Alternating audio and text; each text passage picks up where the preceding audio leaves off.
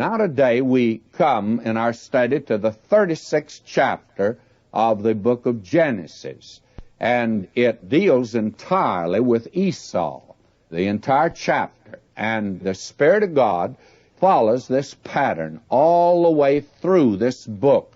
In fact, it's followed all the way through the Scripture. The seed that is being followed is Christ. Paul makes that clear. The seed's not many, but one, Christ. And so as you go through the Scripture, beginning actually with Adam and Eve and Seth, and then come on down to Abraham and Isaac, and now Jacob, the method and the pattern that is followed, God will give the rejected line first, and it's dismissed as far as any purpose is concerned in the Scripture, and then the other line is picked up after that. So that is the place and the purpose of the 36th chapter. Now, when we left off last time, we were talking in the 35th chapter about the death of Rachel. And I'm sure that many folk who have heard me speak on this section before have said, well, you certainly failed to give your usual eulogy of Rachel. And that's true. I didn't. Tell the truth, I didn't have time. But I do want to come back to make a connection here that's going to be very important later on. Rachel was the one fine thing in the life of Jacob, even in those years in Padan Aram that are sordid in so many ways, where there's so much evidence of just the flesh, of self. But he loved Rachel, no question about that. And he was willing to do most anything for her. He was totally devoted to her. He permitted her, for instance, to keep those images that she'd taken from her father. I don't think Leah would have got by with it, or anyone else would have. But he was indulgent with her. He loved her. And she had this boy, first Joseph. Then she had this boy Benjamin. And it was at the birth of Benjamin that she died. His life meant her death in this particular connection. And it was a great heartbreak to Jacob. To begin with, the other 10 boys were no joy to him at all. God reminded him, I think, every day and 24 hours every day that it was sinful to have more than one wife. He didn't need all of them. That wasn't God's method. God will overrule, of course. He does in your life, friends, and he does mine. Thank God he'll overrule. But it doesn't mean God approved of this at all. In fact, these facts reveal he didn't approve of it, and especially what happened to Joseph. Now, he loved Joseph and Benjamin. Very frankly, the other boys were jealous of that. He should not have shown such partiality to Joseph, because he had experienced that in his own home, and he was the one that his own father more or less pushed aside, and he knew the trouble it had caused, and he should not have practiced it, but he did. And ordinarily don't defend Jacob, but after all, when Rachel died, and she says, call this boy Benoni, he's the son of my Sarah. And I think Jacob would have said, yes, he's the son of Rachel's Sarah. But when he looked down at the little fella, and I guess he looked like Rachel, probably had her eyes, or reminded him of Rachel, he said, I can't call him. He's not the son of my Sarah. He's the only one I got to lean on now. He's the son of my right hand. He's my walking stick. He's my staff. I'm going to lean on him. And you'll find out this is very important later on, because this is part of the great sorrow this man was called to go through later on. All of this around one fact, and that is God did not approve of this. And God does not approve of that which is wrong in our lives, friends. We think we get by with it, but we actually do not get by with it at all. And Jacob did not get by with it. But his lovely Rachel now is gone, buried at Bethlehem. And this chapter, 35, that we had last time, Did you notice that it is a chapter that is made prominent by deaths? First, the death of Deborah, the maid of Rebekah, and then in that the suggestion of the death of Rebekah herself, and now the death of lovely Rachel. Then the sons of Jacob are mentioned here, and he had no joy in them, and lo and behold, it closes with the death of Isaac. So that here is a chapter that the most prominent thing in it are the deaths and the funerals of these different ones. 3 in this chapter. Now when we come to chapter 36 of Genesis, we now turn to Esau, and it's all given over to Esau. It's almost humorous in places, by the way, and may I say that this would not be too interesting for a great many of us. This would be a marvelous study for someone who wanted to follow through on these names, follow through on those that came from them. You find some of the names that are mentioned here that are names you hear out there on that great Arabian desert today. We've all heard of Omar, the tent maker, and he belonged out there. We've heard of Teman, Kenaz, and Zepho.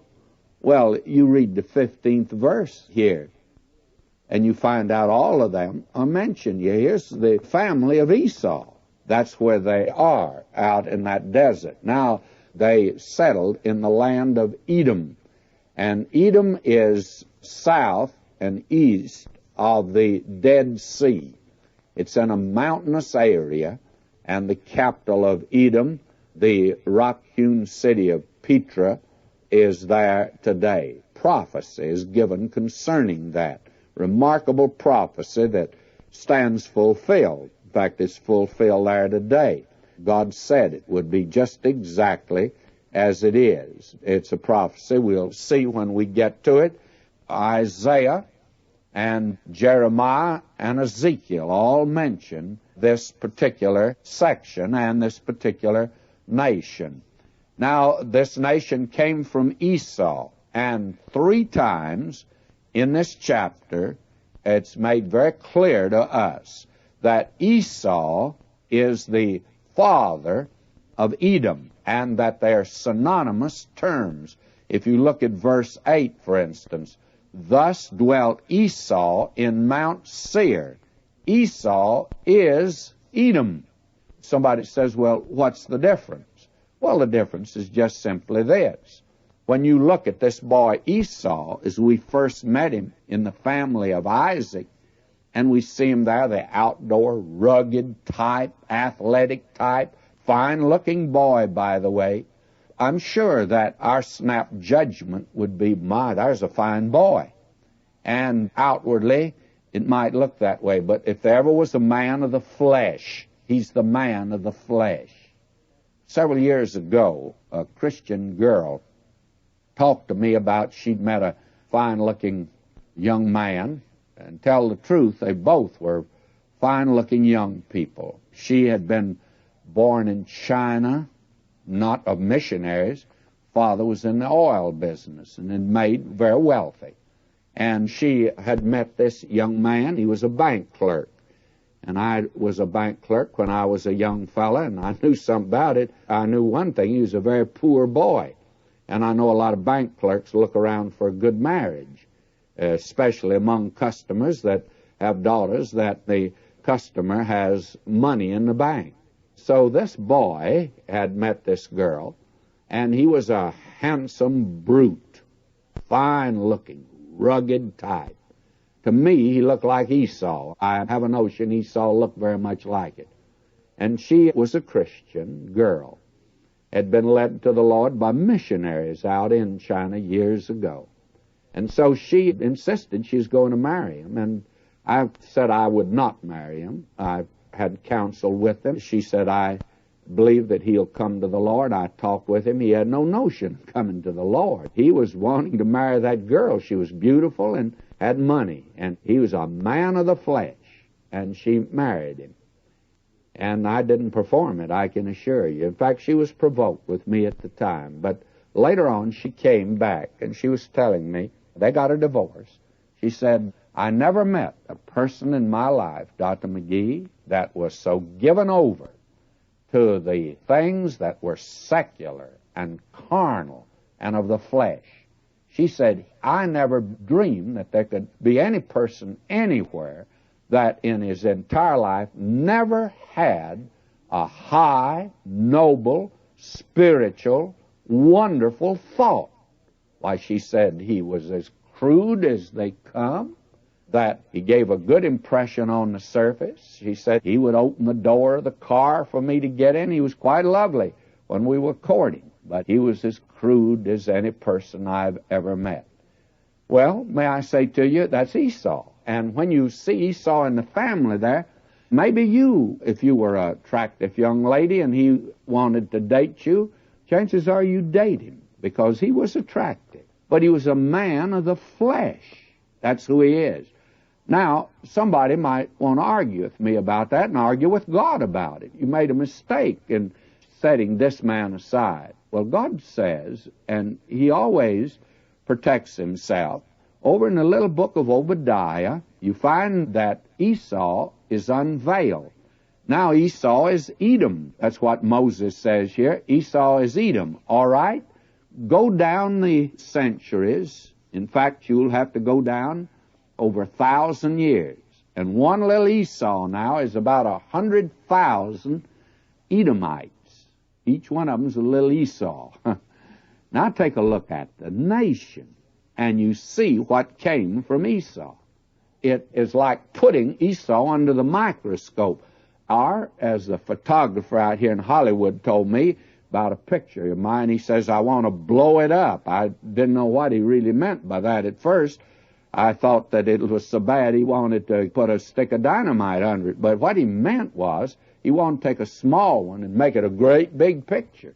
All right? If you want to see a real picture of Esau, go to Obadiah. And what do you see there? Again, a nation filled with pride.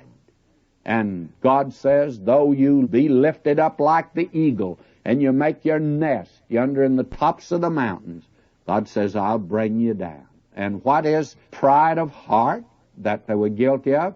Well, it's the declaration of independence of a soul that says, I can live without God, and I don't need God. That's Esau.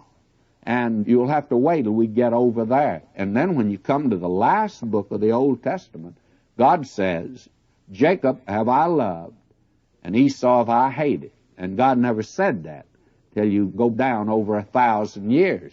Now, God knew it at the beginning, but you didn't know it, and I didn't know it. And when they worked their way out in history, you can be sure God's accurate. Esau turned out. And so 3 times in this chapter, we're told Esau is Edom. And he says that 3 times, so we make sure that we get it. But that's not the funny part of that. In fact, that's not funny. But this is. Let me read.